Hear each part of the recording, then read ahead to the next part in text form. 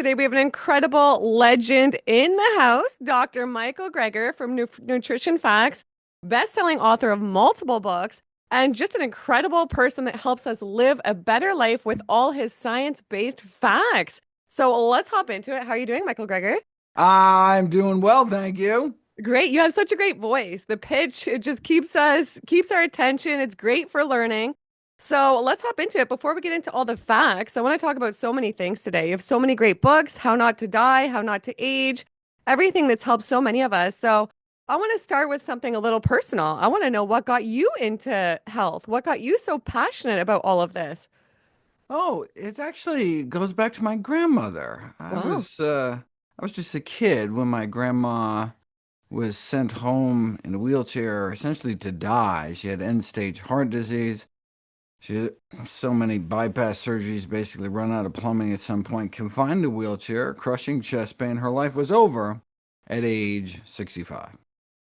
But then she heard about this guy, Nathan Pritikin, one of our early lifestyle medicine pioneers, and what happened next is actually detailed in Pritikin's biography. He talks about Frances Greger, my grandmother. They wheeled her in, and she walked out. Though she was given a medical death sentence at age 65, thanks to a healthy diet, she was able to enjoy another 31 years on this planet until age 96, to continue to enjoy her 6 grandkids, including me. So that's why I went into medicine. That's why I went into lifestyle medicine, why I started nutritionfacts.org, why I wrote the book, How Not to Die, why all the proceeds from all my books are donated directly to charity. I just want to do for everyone's family what Pritikin did for my family. Wow. Okay. I love it. I did not know that. And who would think if someone got like a life sentence basically at age 65, thinking their life was going to be over, who would think that they could reverse that and have another 31 years? I just lost my mother at age Mm. 67 about 10 weeks ago. She had stage 4 metastatic breast cancer. And unfortunately, she did eat a lot of meat. She was a lifelong smoker. She was a vapor, and she didn't have a healthy lifestyle. She didn't exercise. So, say you ran into her on the street, and well, she was still alive going through that. And she said, Dr. Greger, what should I do? What would you say? Well, I mean, she needs to stop smoking, eat healthier, start moving. I mean, all the things. I mean, whatever lifestyle that led her to that place, if she keeps continuing to eat and live the way she is, well, then the same things that have happened to her will continue to happen. These so-called epithelial cancers like breast cancer can take decades to develop. And so this has been slowly growing for year after year after year. But we can, slow down the growth of these tumors so we die with the cancer rather than from the cancer by eating a healthy enough diet. Yeah, and a plant-based diet specifically, right? Yeah, That's in around whole plant foods specifically, yeah. whole plant foods. Do you think there's specific foods that come to mind that are extra powerful for helping people reverse these things or prevent these things? Oh, well, I mean, it depends, what disease, what cancer. For breast cancer, we have good data on ground flax seeds, soy, and cruciferous vegetables like broccoli sprouts. Yeah. Okay. Amazing. Wow. Incredible. Okay. Well, there's so many things I want to touch on today. I want to first start with what is the biggest data that comes to mind that shows that a plant-based diet is superior to other diets for longevity and preventing disease? Well, there's only one diet that's ever been shown to reverse our leading cause of death, heart disease, in the majority of patients, right? Plant-based diet. I mean, if that's all a plant-based diet could do, right? Reverse the number one killer of men and women. Shouldn't that kind of be the default diet until proven otherwise? And the True. fact that can also be so effective in preventing, arresting, or reversing other leading killers like type 2 diabetes and high blood pressure would really seem to make the case for plant-based eating simply overwhelming at this point. Yeah, exactly. Okay, and diabetes, that's a big thing right now. My dad had that. He passed away this year too. A lot of people suffer with that. It's such a big crisis going on.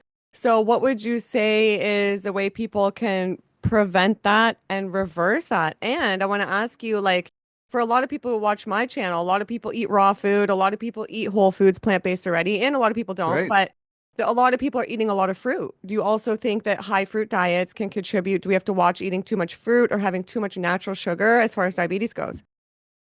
Not at all. In fact, if you randomize diabetics to eat more fruit or less fruit, they actually have better blood sugar control eating more fruit. If you add fruit to a meal, you actually have better blood sugar control than when you don't, because the sugar comes prepackaged in the way nature intended, with fiber and polyphenols, which slow the absorption of the sugar through the intestinal tract. And so it's really just about avoiding added sugars, such as table sugar, high fructose corn syrup, and these processed foods. But the primary cause of type 2 diabetes is excessive saturated fat intake in the context of too many calories. What that does is it causes insulin resistance in your muscles, liver, and pancreas. And so your body becomes resistant to the effects of the blood sugar lowering hormone insulin. And so you need to treat the underlying cause. I mean, high blood sugars, that's just a symptom of diabetes. The cause is this insulin resistance. We Hmm. can prevent it, arrest it, and reverse it with a healthy enough plant-based diet. Okay, and then what do you think specifically? Like if somebody was facing that, say I told you I don't have those problems, but say I told you I was facing diabetes or somebody watching, like what do you think is a good daily diet for reversing that? Because people get confused, even to hear just plant-based diet. Like specifically, what do you think is a good like type of foods to include, type of foods to avoid? Like with diabetes too, do people even need to watch including too much natural fatty foods like avocado and nuts? No, those foods have mostly mono and polyunsaturated fats. It's the saturated fats that causes insulin resistance. The best available balance of evidence suggests the healthiest diet is one that minimizes the intake of meat, eggs, dairy, and processed junk, and maximizes the intake of fruits, vegetables, legumes, which are beans, split peas, chickpeas, and lentils, whole grains, nuts and Mhm. seeds, mushrooms, herbs and spices, basically real food that grows out of the ground. These are our healthiest choices. Okay, and what do you think about raw food diets? Have you ever tried eating only raw, or do you have any data on raw food diets versus cooked diets? I have not, but there is data, and unfortunately, in the short term, Hmm. raw food diets can really have these extraordinary benefits, but those benefits arise from the avoidance of processed junk. And so when all of a Hmm. sudden people start eating raw food diets, they're not eating Twinkies. Anything that gets people to not eat donuts is going to make people feel better. But unfortunately, long-term data on raw food is really quite disappointing, and I have a Oh. bunch of videos about that on NutritionFacts.org if people want to check it out. Some nutrients are partially destroyed by cooking. Other nutrients, cooking actually improves absorption, right? You get more beta carotene in your bloodstream eating cooked carrots and raw carrots, more cancer-fighting lycopene, the red pigment in tomatoes, eating processed tomato products like tomato paste as opposed to raw tomatoes. So I encourage people to eat a combination of raw foods. The critical thing is that we want to eat whole foods. And so look, what the raw foodists can show us is we should be eating big salads. That's fantastic. I'm all in favor of that. But there's no Hmm. reason you can't put some canned beans, no salt added canned beans on that to boost nutrition even more. Yeah, I see you talk about beans a lot. So what are beans good for? What do beans do for us? Why should we add beans into our diet? So if you look at the Global Burden of Disease study, which is the largest study of risk factors for death and disease in history, Hmm. the greatest lifespan gains would be expected by eating more legumes. The most important thing we can do, if there's one thing we could do, legumes for longevity, hummus for health. That's the number one. The next things is, eating too much meat, etc. But number one thing we can do, in fact, if you looked at the blue zones, Hmm. these areas of exceptional longevity around the world, they all center their diets not only around a source of plant protein, but specifically legumes, different kind of legumes. So it's one of the healthiest things we can include, and that's why it's part of my daily dozen checklist of all the healthiest of healthy foods I encourage people to fit in their daily routine. Yeah, your daily dozen. I think I've seen that. I think I had that written down. So if you could go over that with us, what you think we should do for the daily dozen, I would love that. Sure. So it's available on a free app called Dr. Greger's Daily Dozen. You can just it's just a checklist. You can to aspire to include some of these healthiest foods. So it's not just, fruits every day, but specifically berries every day, the healthiest fruits, not just vegetables, specifically dark green leafy vegetables, the healthiest vegetables. Legumes, a tablespoon of ground flax seeds, quarter teaspoon of turmeric, the best beverages, the best sweeteners, how much exercise to get every day. Again, just trying to inspire people to include some of the healthiest of healthy foods. And so that was originally in my book, How Not to Die, available as a free app. And my 10th anniversary of How Not to Die is coming out this December. Wow. And I read that book when it came out. That book's incredible. So I'll link that in all your books down below. And anything from that you want to bring up, like any other tips about how not to die, how to live the longest life.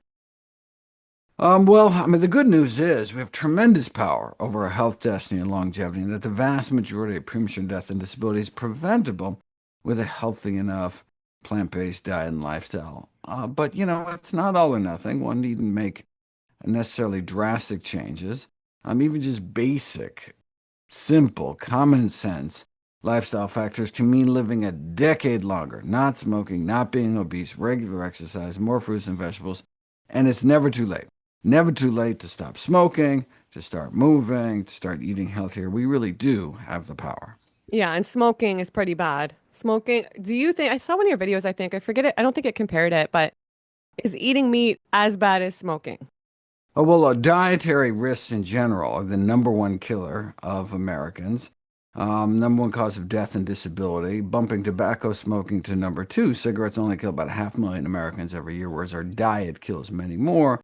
But that's not just from eating meat, but also excess salt and sugar and other sources of saturated fat. Okay, and do you think meat, like I don't eat any meat, but do you think meat is okay in small amounts, like how the blue zone does it and things like that, or do you think it should just be completely avoided? Well, we should try to eat primarily plants, not necessarily exclusively plants, right? A plant-based diet is really more about maximizing the intake of the healthiest foods. As a physician, labels like vegetarian or vegan, I mean, that just tells me what you don't eat means you actually eat vegetables, right? Hmm. And look, it doesn't matter, what you eat on your birthday or holidays, special occasions, but the day-to-day, on a day-to-day basis, we really should try to eat healthy. If you look at the Blue Zone's food guidelines, they recommend eating at least 95% plant-based. So that could include 100 calories of animal products a day. So, like a tablespoon of butter or a container of Greek yogurt or like a third of a lamb chop. So meat really more is kind of a flavoring or a condiment rather than kind of a big chunk at the center of the plate. Yeah, okay, I agree with that. And do you believe in superfoods? If so, what would you say are your top three superfoods that we should add into our diet? Beans, berries, and greens. Though, if there were just three foods, I'd do that, and specifically cruciferous greens, so kale, collards, bok choy, broccoli. The cruciferous vegetables have contain a compound that's been shown to be particularly useful for a wide variety of conditions, and unfortunately, just not found elsewhere much in the plant kingdom. So yeah, berries the healthiest fruits, greens the healthiest vegetables, and then legumes, beans, split peas, chickpeas, lentils. Those would be the three things I'd add. And if there were just three things I would first remove from one's diet, it would be number one, anything with trans fats, these partially hydrogenated vegetable oils. Number two, processed meat, bacon, ham, hot dogs, lunch meat, sausage. Mhm. We know they cause colorectal cancer, which is the number one cancer killer among non-smokers. And then finally, liquid candy, sugar-sweetened beverages like soda. We really shouldn't be drinking our calories like that. Yeah, and I would love to hear what you're eating in a day if you'd like to share. It's the Daily Dozen. And I have three cookbooks out now. I have the How Yeah, Not to Die cookbook, the How Not to Diet cookbook just came out this year, the How Not to amazing. Age cookbook, so you can see some of the recipes that some of my favorites. That's good because it's good to have all the data, but it's also good to have the recipes and all the cookbooks. That's important to have all the hands-on stuff. And I want to talk about aging. On this channel, we like to live our best life inside and out. And I know a lot of people want to look good as we age. So any top foods for that or any top tips for how we can age our best? Oh, I mean, absolutely. I wrote the whole book, How Not to Age, preserving all of our various organ systems. So, yeah, if there's anything in particular you have questions about. But in terms of living outside, in terms of skin aging, in terms of aesthetics, the sun exposure is the number one cause of visible skin aging. So I encourage people to wear hats and sunblock and and avoid midday sun between 10 and 2. Okay, so we shouldn't get too much sun then, you think?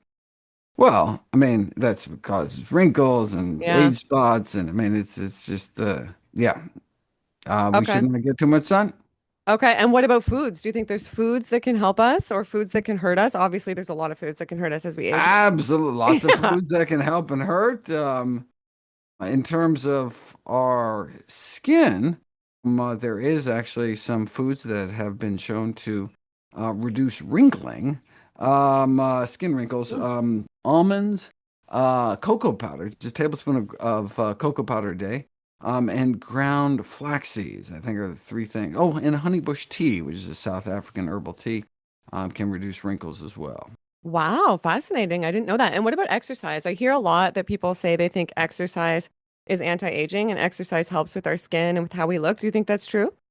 Oh, well, I mean, the evidence supporting the overall health benefits of exercise is absolutely overwhelming.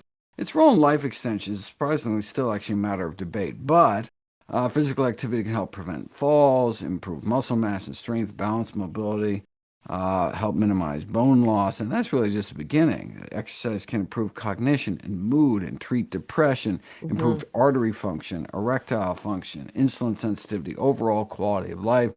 Whether or not it's actually going to enable people to live longer is controversial, but certainly they'll live healthier. Yeah, and I think the people we surround ourselves with, the relationships and being in our purpose and doing something we love, that helps with aging too, don't you think?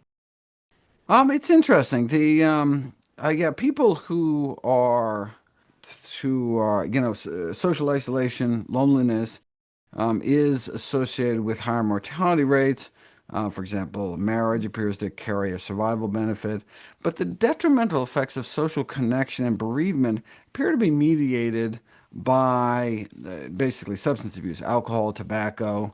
And so, as long as you're able to maintain a healthy diet and lifestyle, it doesn't appear to be a direct connection. Same thing with stress. The reason people who are stressed appear to live shorter lives is because they're, you know, alcohol, tobacco, illicit drugs, eating foods higher in sugar, fat, Mhm. calories.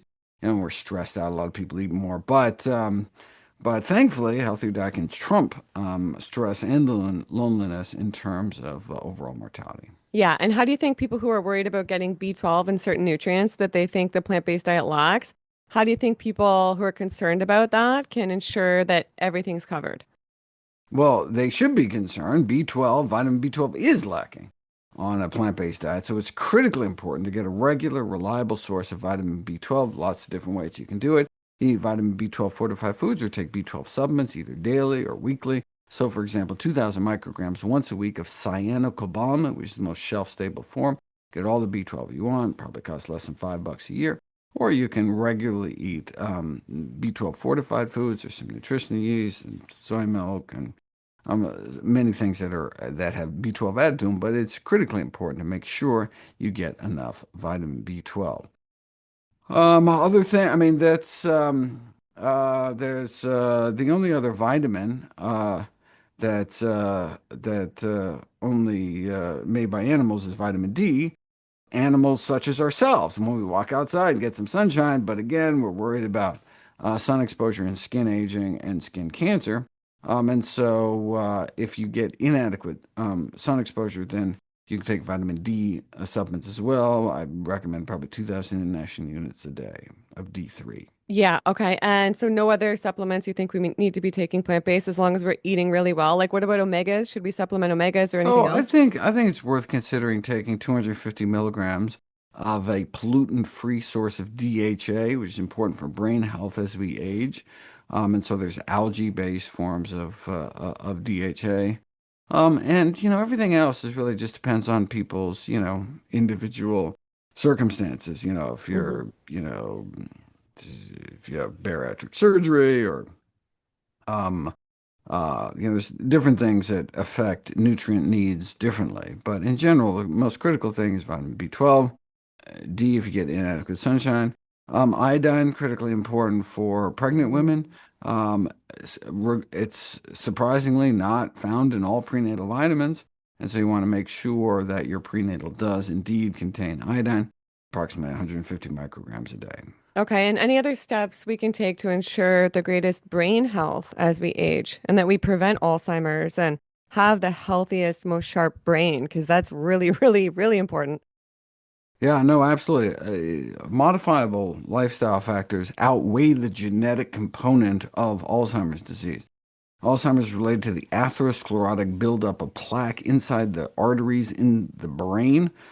So the same dietary changes that can help with cardiovascular disease can help with cognitive health. What's good for the heart is good for the brain. Normalizing blood pressure in hypertensive, important to prevent cognitive decline. Aerobic exercise can improve brain function, and yes, indeed, eating healthier. So high flavonoid fruits, vegetables, rye groats, reducing saturated fat intake, reducing dietary cholesterol intake, which may explain why vegetarians, long-term vegetarians, have up to 3 times less likely to become demented later in life. And part of that is because they're eating healthier. Okay, interesting. And what do you think about smoothies and juices? Do you think they're okay or food should just be eaten in its whole form? Well, smoothies, you are eating the food in its whole form. Juicing, unfortunately, you're removing the fiber. We really want to, we don't want to do that. Now, if you juice something and then take the fiber and put it back in the juice or use it for some other purpose, that's fine. But I hate to remove the fiber. And for people like, well, look, I eat really healthy. I get a lot of fiber. The fiber is the last thing I need to worry about. Why don't I juice? The problem is that 80% of the polyphenol phytonutrients, which is the special nutrients which we think is the reason why food and vegetable consumption is associated with decreased rates of disease and death.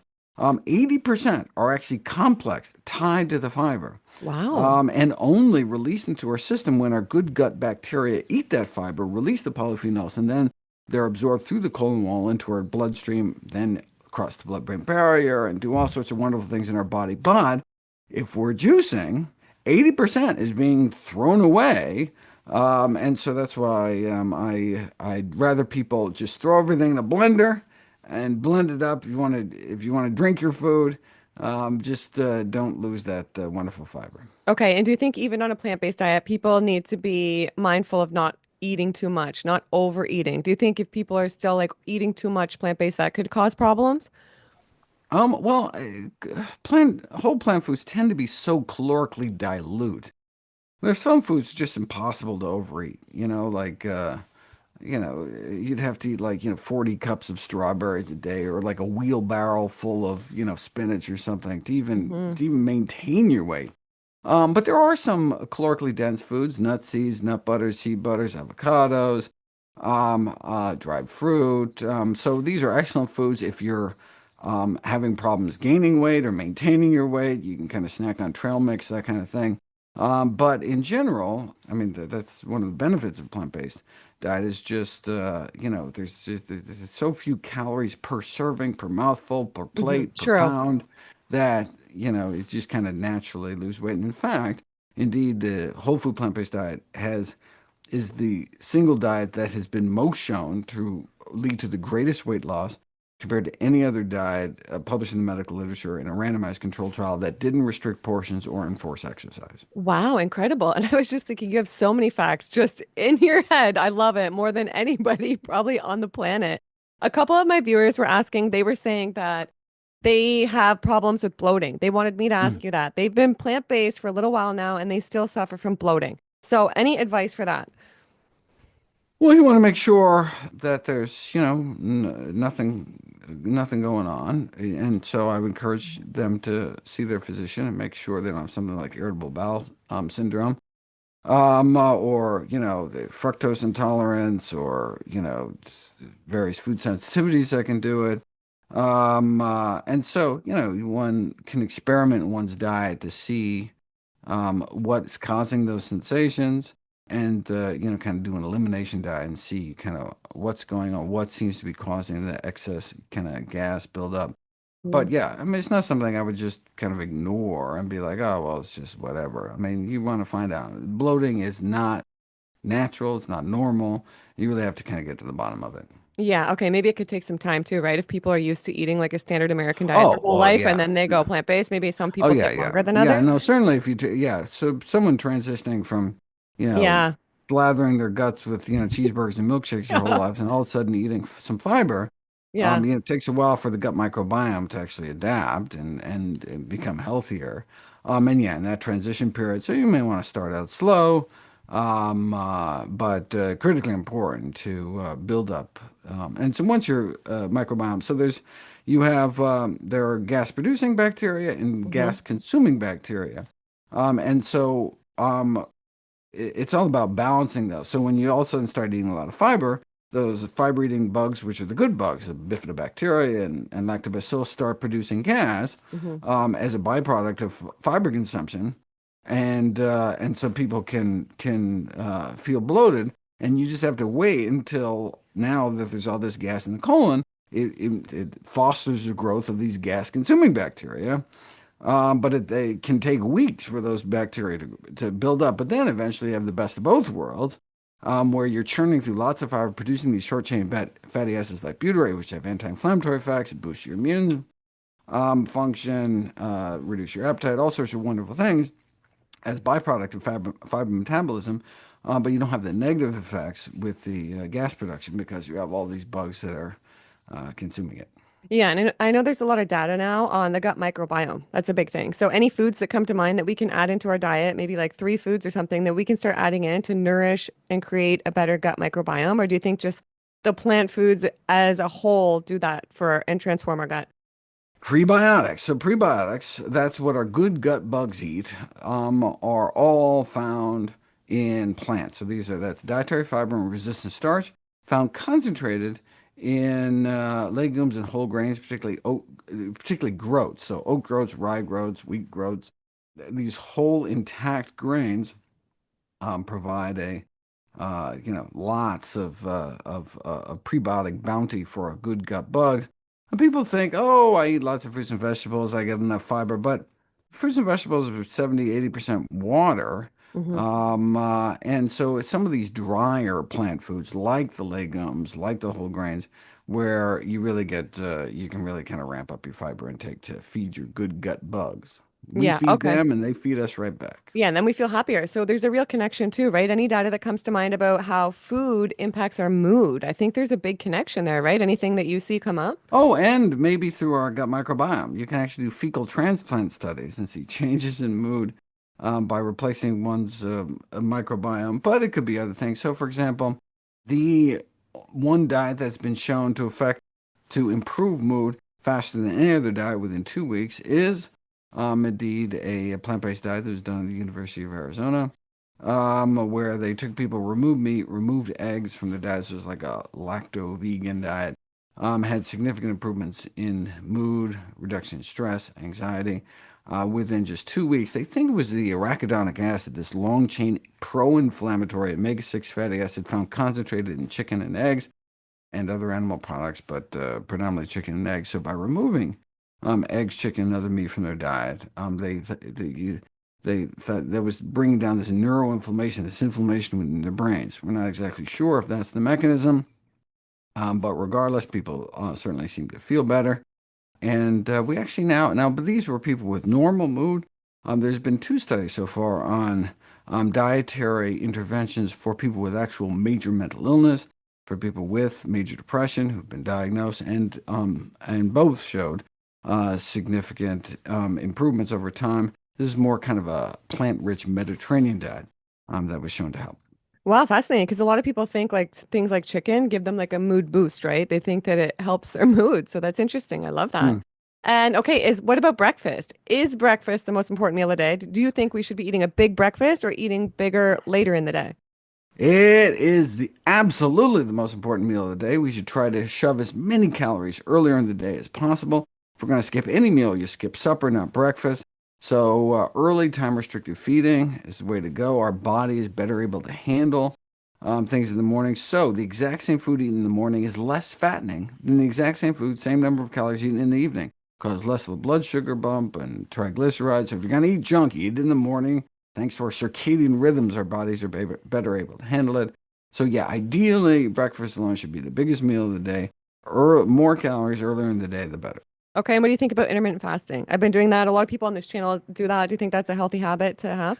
Oh, well, so in my book, How Not to Diet, that's actually the biggest chapter because there's so many different types. So I talk about the pros and cons of each. There's alternate day fasting, 5-2 fasting, 25-5, fasting mimicking diets, time restricted feeding. It's that early time restricted feeding that really has the most evidence in support. So restricting one's daily feeding window to 12 hours or less, but critically important, it's early rather than late. Again, trying to squeeze as many Oh, calories earlier so in the you day. mean doing your window so that you eat early in the morning and then cut it off earlier in the day? Or do you mean Yeah, wait? so Yeah, because we should not be eating after 7 p.m. Our bodies just were not meant to eat in the dark.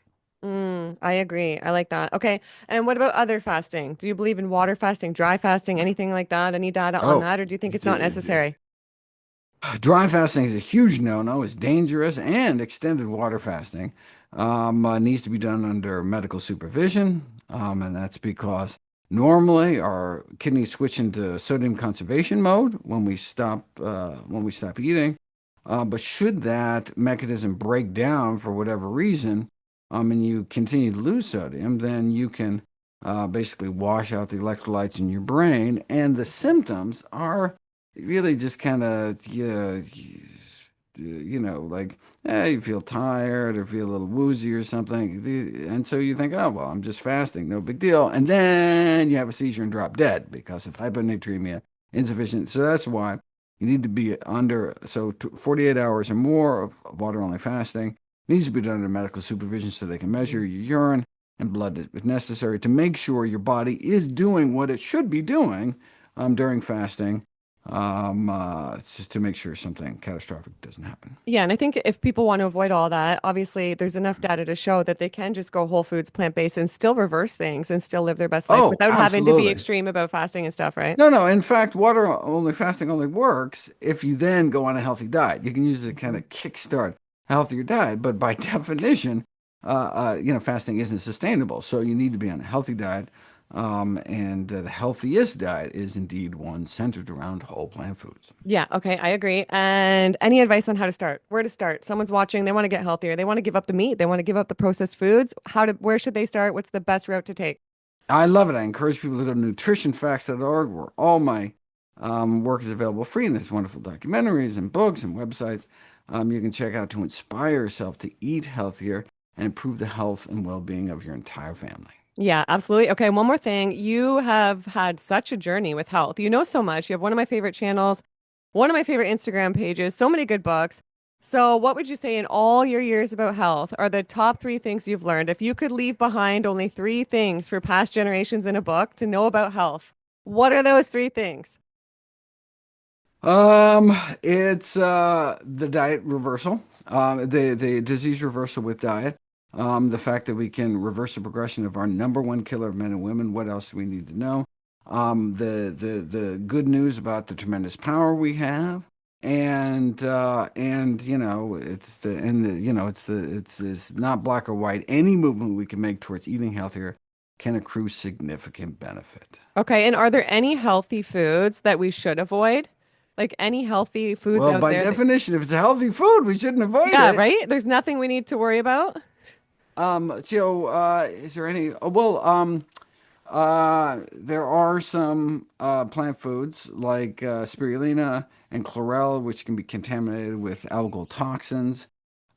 Star fruit have too many oxalates. You don't want to eat too many star fruit. I'm trying to think if there's some other things. Those are the ones that come to mind. But in Okay, general, eat interesting. food that grows out of the ground from fields, not factories. Those are our healthiest choices. Okay, well said. All right. And where can everybody find you? Everybody go follow and I'll link everything down below. Fantastic. NutritionFacts.org. Okay, great. Thanks, Dr. Greger, for coming on. This has been a great Q&A. Super fun. I've learned a lot, and I hope this has inspired you guys as well. Be sure to subscribe. I'll put another great video on the screen right now, and we'll see you in the next one. Bye, guys.